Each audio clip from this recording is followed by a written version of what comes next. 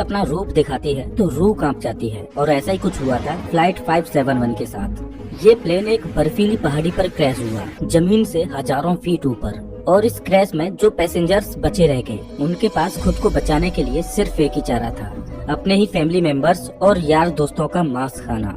Flight 571 की कहानी, चाहे इसे आप दुनिया का सबसे बड़ा चमत्कार कहो या मानव इतिहास की सबसे बड़ी क्रूरता, लेकिन इस कहानी को सुनकर आपकी रूह कांप जाएगी।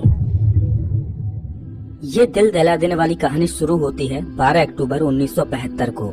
साउथ अमेरिका के यूरुग्वाई देश से एक चार्टर्ड प्लेन उड़ान भरता है, जिसको चिली देश की राजधानी सैंटियागो में पहुंचना है।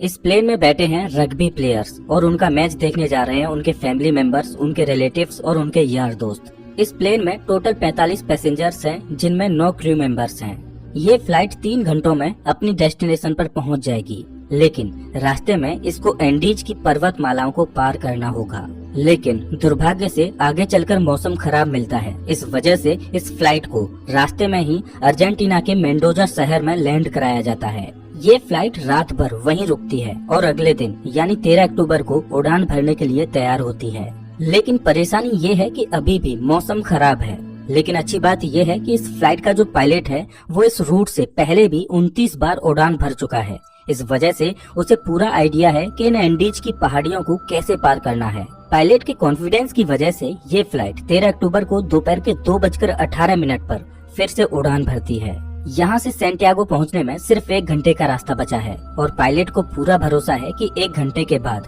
वो सही सलामत सैंटियागो में पहुँच जाएंगे। ये प्लेन करीब 18,000 फीट के एल्टीट्यूड पर उड़ रहा था और धीरे धीरे एंडीज की पहाड़ियों को पार करता जा रहा था। लेकिन आगे चलकर मौसम और खराब होता गया, जिस वजह से विजिबिलिटी और कम हो गई और पायलट को आगे कुछ भी दिखाई नहीं दे रहा था। अगर मौसम साफ होता तो पायलट आसपास की पहाड़ियों को देखकर आइडिया लगा लेता कि प्लेन कहाँ है।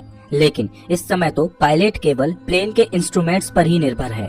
अब क्योंकि पायलट को पता था कि वो 1 घंटे में सैंटियागो पहुंच जाएंगे, इसीलिए वो अपनी लोकेशन का रफ आकलन करता रहा। और 1 घंटे के बाद जब उसे लगा कि उसने एंडीज की पहाड़ियों को पार कर लिया है, तो उसने सैंटियागो एयरपोर्ट पर एटीसी से प्लेन को लैंड कराने की अनुमति मांगी। एटीसी ने पूछा कि क्या आपने एंडीज की पहाड़ियों को पार कर लिया है? तो पायलट ने कहा कि हाँ, उन्होंने एंडीज की पहाड़ियों को पार कर लिया है। एटीसी भी पायलट द्वारा दी गई लोकेशन पर ही निर्भर थी, तो एटीसी ने प्लेन को लैंड कराने की परमिशन दे दी और पायलट से कहा कि आप प्लेन को 11,500 फीट के एल्टीट्यूड पर ले आओ। 3:21 पर पायलट प्लेन के एल्टीट्यूड को धीरे धीरे घटाने लगा। जैसे ही प्लेन नीचे आता है तो पायलट को दिखाई देता है कि अभी तो एंडीज की पहाड़ियाँ ही चल रही हैं और सामने एक बहुत बड़ी चट्टान है। जल्दी से पायलट प्लेन को फिर से ऊपर उठाने की कोशिश करते हैं, लेकिन अब बहुत देर हो चुकी थी। प्लेन को ऊपर उठाते उठाते प्लेन का पिछला हिस्सा पहाड़ी से टकरा जाता है और वो टूटकर अलग हो जाता है।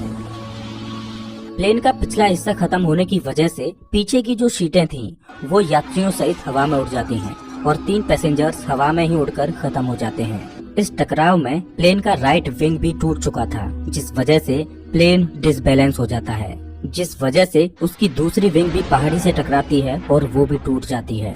अब केवल प्लेन का फ्रंट पार्ट ही बचा था, जो 350 किलोमीटर प्रति घंटे की रफ्तार से नीचे ग्लेशियर में टकराता है। प्लेन पूरी तरह से तहस नहस हो जाता है। प्लेन के पायलट तुरंत मारे जाते हैं। 45 में से 12 लोग इस घटना में मारे जा चुके हैं और 33 लोग अभी भी जिंदा हैं। लेकिन इनमें से ज्यादातर बहुत जख्मी हालत में हैं और उन्हें ये भी नहीं पता कि इस समय वो कहां पर हैं। ये क्रैश हुआ प्लेन जमीन से 3,570 मीटर की ऊंचाई पर एंडीज की किसी अनजान पहाड़ी पर बिखरा पड़ा है। क्या वो इस पहाड़ी से बचकर निकल पाएंगे या नहीं, ये कोई नहीं जानता।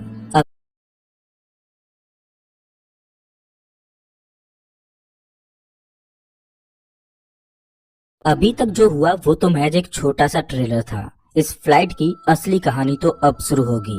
आप कल्पना भी नहीं कर सकते कि आगे चलकर इनके साथ क्या होने वाला है। ये वीरान एंडीज की पहाड़ियाँ अब इन पर कहर बनकर बरसने वाली हैं। इनकी आगे की स्टोरी जानकर आपके रूह तक कांप जाएगी। घायल हुए पैसेंजर्स में से एक पैसेंजर था नांदो पराडो, जिसके सिर में चोट आई थी, जिस वजह से वो कोमा में चला गया। परेशानी ये थी कि जल्द ही सूर्य ढलने वाला था और शाम होने वाली थी। इस वजह से रेस्क्यू टीम के पास उनको ढूंढने के लिए ज्यादा वक्त नहीं था।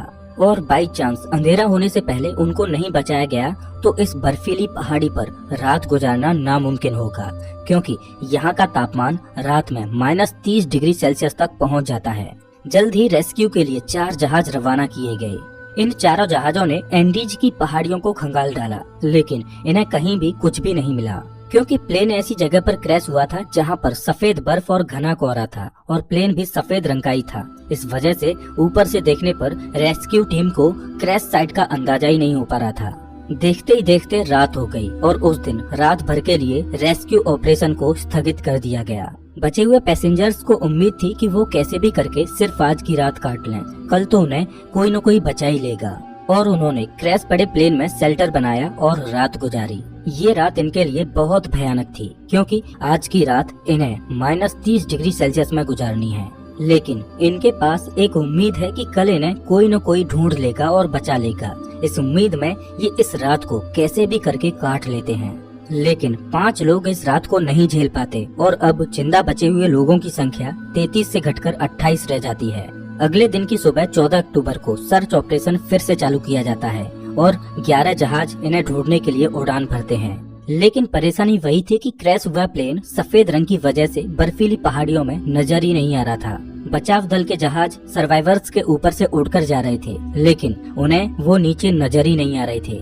इस वजह से सर्वाइवर्स ने बचाव दल को सिग्नल देने के लिए प्लेन के ऊपर लिपस्टिक से SOS लिखने की कोशिश की, लेकिन उन्हें रियलाइज हुआ कि इतना बड़ा SOS लिखने के लिए लिपस्टिक काफी नहीं थी। इस वजह से उन्होंने अपने सूटकेसेज से बर्फ पर एक बड़ा सा क्रॉस बना दिया, ताकि वो आसमान से बचाव दल को साफ साफ दिखाई दे सके।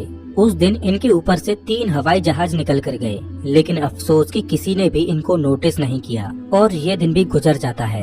अगला दिन यानी 15 अक्टूबर, उस दिन भी कुछ ऐसा ही हाल रहता है, लेकिन बचाव दल इन्हें ढूंढने में असमर्थ रहता है। अब इन सर्वाइवर्स को समझ आ चुका था कि ये बहुत बुरे फंस चुके हैं। मदद कब तक आएगी ये कहा नहीं जा सकता। इस वजह से वो प्लेन में मौजूद चीजों से सर्वाइवल की तकनीक बनाने लगे। धूप में बर्फ को पिघलाकर वो बूंद बूंद करके पानी की व्यवस्था तो कर ले रहे थे, लेकिन खाने के लिए उनके पास ज्यादा कोई ऑप्शन नहीं थे। क्रैश के